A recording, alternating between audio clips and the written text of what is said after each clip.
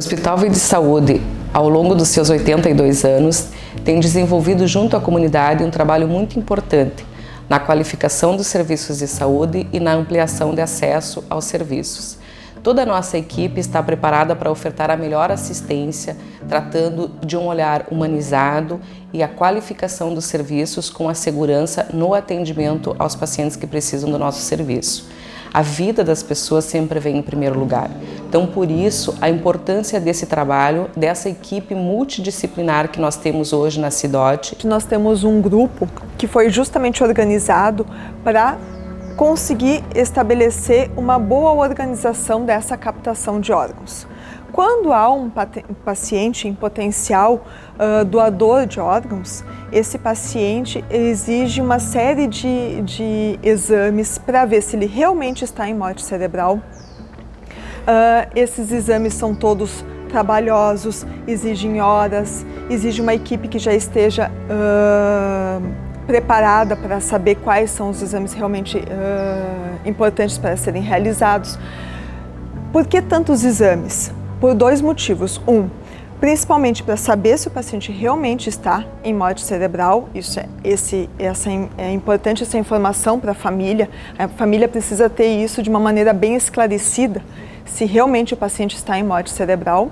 E também após essa fase de constatação de morte cerebral, porque é esse paciente em morte cerebral que vai ser o candidato para poder doar os órgãos. O mais importante dessa equipe é ela ter a infraestrutura adequada e ela conseguir dar a atenção que as pessoas precisam nesse momento.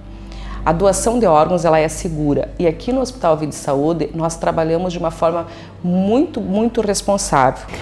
Eu sempre falo que no Brasil tem várias coisas, existem várias coisas que não funcionam bem, mas isso é uma das coisas que tem regras, protocolos bem definidos, seguidos inclusive por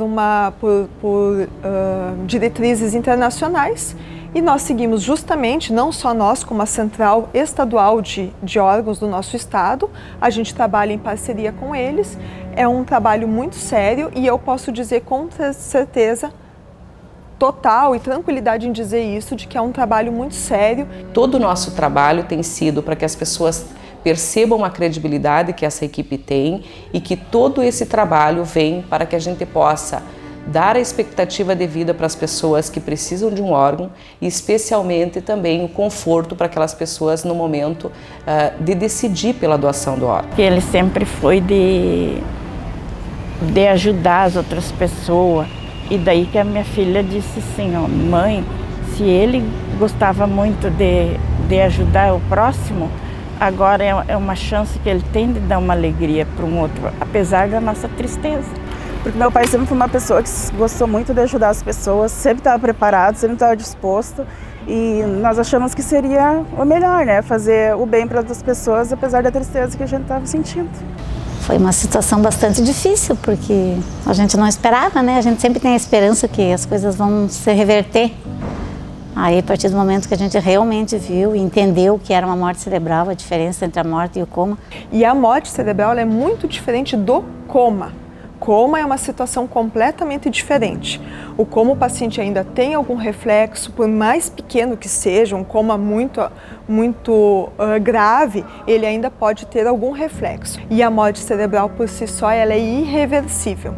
Quem pode realmente doar um órgão? É o paciente que está em morte cerebral. Quando a psicóloga falou, a doutora falou que era para nós, se nós doávamos os órgãos, nossa, eu olhei para minha filha, e daí a minha filha disse que sim, que nós ia doar porque era que nossa tristeza, era a felicidade da pessoa que ia receber o órgão. Eu fiz hemodiálise por 2 anos e meio aqui no Vida e Saúde e após isso eu fui chamada para o transplante. É bem emocionante assim, né? Essa questão, né, de quando tu recebe a ligação, né, de que tu tanto tá esperando, né, quando vem, assim, num primeiro momento até parece que tu não acredita, né, mas é bom demais. A gente lembrou que ele tinha dito que ele gostaria de ser doador. Daí a gente então fez a vontade dele. Ele disse que ele queria ser doador. O paciente que falou em vida que ele é um doador, a família sabendo disso, por mais que ela esteja num momento doloroso, por mais que ela esteja passando por um processo muito difícil, que é um processo muito difícil, naquela hora da morte cerebral ainda ter que decidir uma situação dessas, eles fazem essa decisão com muito mais tranquilidade, porque sabiam que era a vontade do paciente. É fundamental que as pessoas digam em casa que elas são doadoras, porque a legislação vigente agora no Brasil faz com que, por mais que eu possa assinar documentos dizendo que eu sou doador, de nada adianta naquele momento se a família não concordar.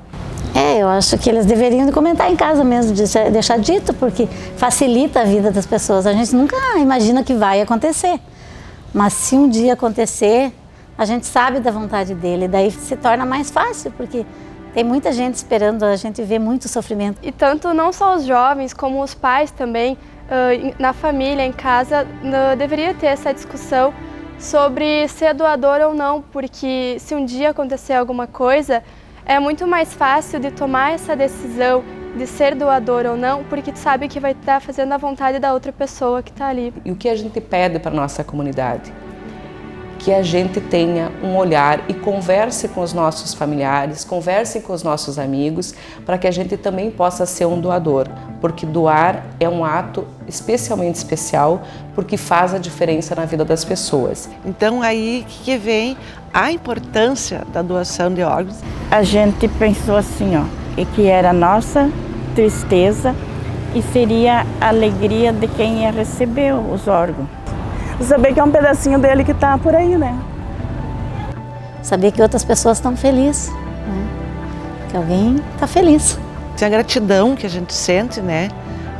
Em função de a pessoa ter salvado a minha vida, sem me conhecer. É uma alegria assim que não dá nem para descrever, né?